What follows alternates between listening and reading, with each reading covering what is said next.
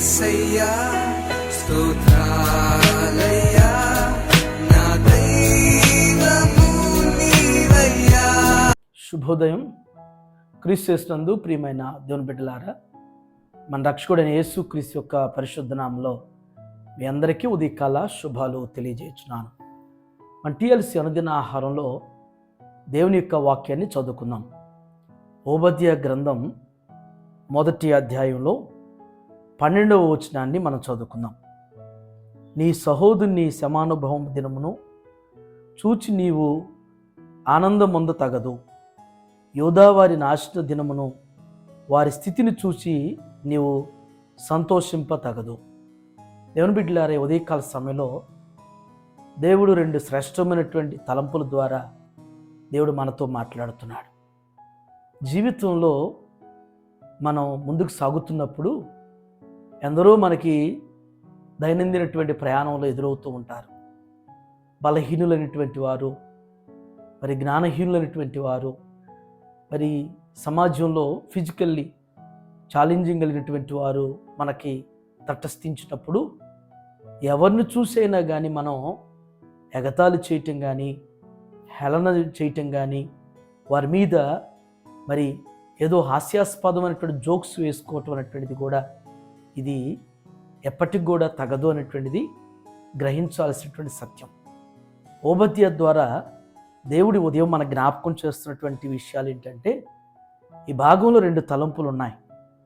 మొదటి తలంపు ఏంటంటే, నీ సహోదరుడు శ్రమను అనుభవించున్నటువంటి దినమున నీవు చూసి ఆనందపడొద్దు అంటాడు.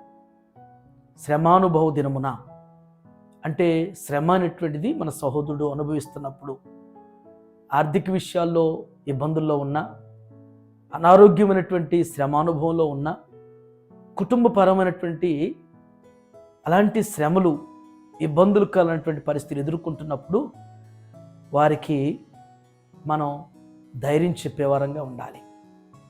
వారికి నెమ్మది కలిగించేటువంటి ప్రోత్సాహకరమైనటువంటి మాటలు, అనారోగ్యం కానీ, ఆర్థిక సమస్యలు కానీ, కుటుంబపరమైనటువంటి సమస్యలు వారు ఎదుర్కొంటున్నప్పుడు అలాంటి వాటిలో మరి నీవు నేను ఒక దేవుని బిడ్డగా, విశ్వాసిగా, ఏం పర్లేదు, దేవుడు చూస్తున్నాడు, దేవుడు ఖచ్చితంగా సహాయం చేస్తాడనేటువంటి ధైర్యాన్ని, ప్రోత్సాహాన్ని నింపేటువంటి మాటలు తెలియపరచాలనేటువంటిది ఓబద్య ద్వారా దేవుడు మన జ్ఞాపకం చేస్తున్నాడు.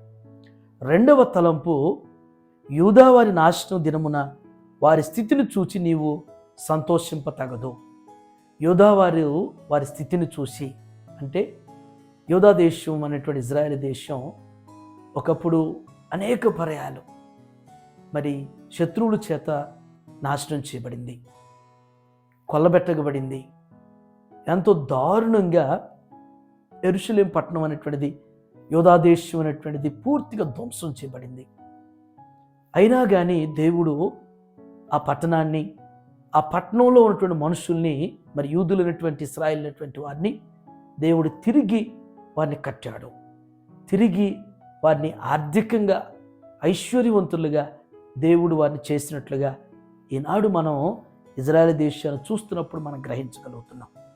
అయితే మన చుట్టూ ఉన్నటువంటి మరి వారి యొక్క స్థితిని బట్టి వారు పతనమైపోయినప్పుడు, వారు కుటుంబపరంగా కావచ్చు, మరియు ఆర్థిక పరంగా కావచ్చు, పూర్తిగా వారు పతనమైనటువంటి స్థితిలో ఉన్నప్పుడు వారిని చూసి సంతోషించొద్దు అంటున్నాడు. ఫర్ ఎగ్జాంపుల్, బైబిల్లో ఏబును మనం జ్ఞాపకం చేసుకుంటే, ఏబు యొక్క ఔన్నత్య స్థితిని చూసినటువంటి స్నేహితులు దరిద్రత స్థితిని కూడా చూశారు. ఏబు దౌర్భాగ్యమైనటువంటి, దయనీయమైనటువంటి స్థితిలో ఉన్నాడని చెప్పేసి ఏబును గురించినటువంటి సమాచారం విన్నప్పుడు స్నేహితులు వచ్చి ఏబు దగ్గరకు వచ్చి మరి తన యొక్క దీన స్థితిని చూసి దుఃఖపడ్డారు, కన్నీరు కార్చారు, ఉపవాసం ఉండి మరి ఏబు కొరకు ప్రార్థించారు. ఈ రోజున దేవుని బిడ్డ, మన చుట్టూ ఉన్నటువంటి సమాజంలో ఇలాంటి శ్రమలు అనుభవిస్తున్నటువంటి వారు, మరి దయనీయమైనటువంటి దీన స్థితిలో ఉన్నటువంటి వారు, మరి నాశనం అయినటువంటి కుటుంబాలను కానీ, పతనమైనటువంటి జీవితాలను చూసినప్పుడు మనం ఆనందపడేవారుగా, సంతోషింపడేవారుగా, వారిని హేళన చేసేటువంటి వారుగా కాకుండా వారి మీద కనికరపడి వారికి ధైర్యం చెప్పేవారుగా, ప్రోత్సహించేవారుగా, మంచి సలహా సూచనలు ఇచ్చేటువంటి వారుగా సాగాలి అని చెప్పేసి దేవుడు అంత్య దినాల్లో ఉదయకాల సమయంలో మనతో మాట్లాడుతున్నాడు. అటు రీతిగా దేవుడు మనల్ని, మన చుట్టూ ఉన్నటువంటి దయనీయమైనటువంటి స్థితిలో ఉన్నటువంటి వారిని దేవుడు బలపరుస్తూ నడిపించునుగాక. ఆమేన్. చిన్న ప్రార్థన చేసుకున్నాం. మహిమ కలిగిన తండ్రి, కృపగలిగిన ఆయన మీకు వందనాలు. ఈ ఉదయంనైనా దేవా, శ్రేష్టమైనటువంటి తలంపుల ద్వారా మాతో మీరు మాట్లాడిన విధానం బట్టి మీకు వందనాలు అయ్యా. ఎందరైతే నా తండ్రి మరి మాకు తెలిసిన వారు కావచ్చు, తెలియని వారు కావచ్చు, మా స్నేహితులు, మా ఇరుగు పొరుగు వారిలో ప్రభువా, ఎందరైతే నాయన శ్రమను అనుభవిస్తున్నారో, ఎలాంటి సమస్యల్లో ఉన్నారో ప్రభువా, అలాంటి వారిని చూసి మేము ఆనందించేవారుగా కాకుండా ప్రభువా, వారి కొరకు మేము ప్రార్థించేవారుగా, వారి కొరకు నాయన ధైర్యం చెప్పేటువంటి మాటలు దేవా మేము మాట్లాడే విధంగా మమ్మల్ని స్థిరపరచమని ప్రార్థన చేస్తున్నాం అయ్యా. ఎందరైతే నా తండ్రి పూర్తిగా ధ్వంసపోయేటువంటి పరిస్థితుల్లో ప్రభువా, యోధా దేశం ఏ రీతిగా ధ్వంసం అయిపోయినప్పుడు నాయన, ఇజ్రాయెల్ దేశం నాయన ఏ విధంగా పతనమైనప్పుడు తిరిగి నాయన పూర్వపు వైభవాన్ని ఏ రీతిగా ఇజ్రాయెల్ దేశానికి, యోధా దేశానికి ఇచ్చారో ప్రభువా, అటు రీతిగా నా తండ్రి ఎందరైతే ప్రభు ఈ ఉదయకాల సమయంలో ఒకవేళ నాయన వారి జీవితాలు కూడా, వారి కుటుంబాలు కూడా అలాంటి స్థితిలో ఉంటే తిరిగి నాయన వారి జీవితాల్లో పూర్వం వైభవం వారికి కలిగిద్దని, తిరిగి నాయన ఉన్నతమైనటువంటి ఔన్నత్య స్థితిలోనికి వారు వస్తారన్నటువంటి ఆ నమ్మిక, నిరీక్షణ వారిలో పుట్టించమని ప్రార్థన చేస్తున్నాం. అలాంటి వారిని నాయన మేము కూడా నా ప్రభువా వారి కొరకు ప్రార్థించేవారుగా దేవా, వారికి చక్కటి సలహాలు, సూచనలు మా వంతు నేను చెప్పగలిగినటువంటి రీతిలో అట్టి మనస్సును మాకు దయచేయమని, ఈ ఉదయం నాయన TLC అనుదిన ఆహారం చూస్తున్న బిడ్డల్లో ఇలాంటి స్థితి, ఇలాంటి పరిస్థితులు ఉంటే వారి జీవితంలో మీకు కార్యం జరిగించమని యేసు నామములో ఈ ప్రార్థన మీకు సమర్పించుతాను తండ్రి. ఆమేన్. దేవుడు మిమ్మల్ని దీవించును గాక.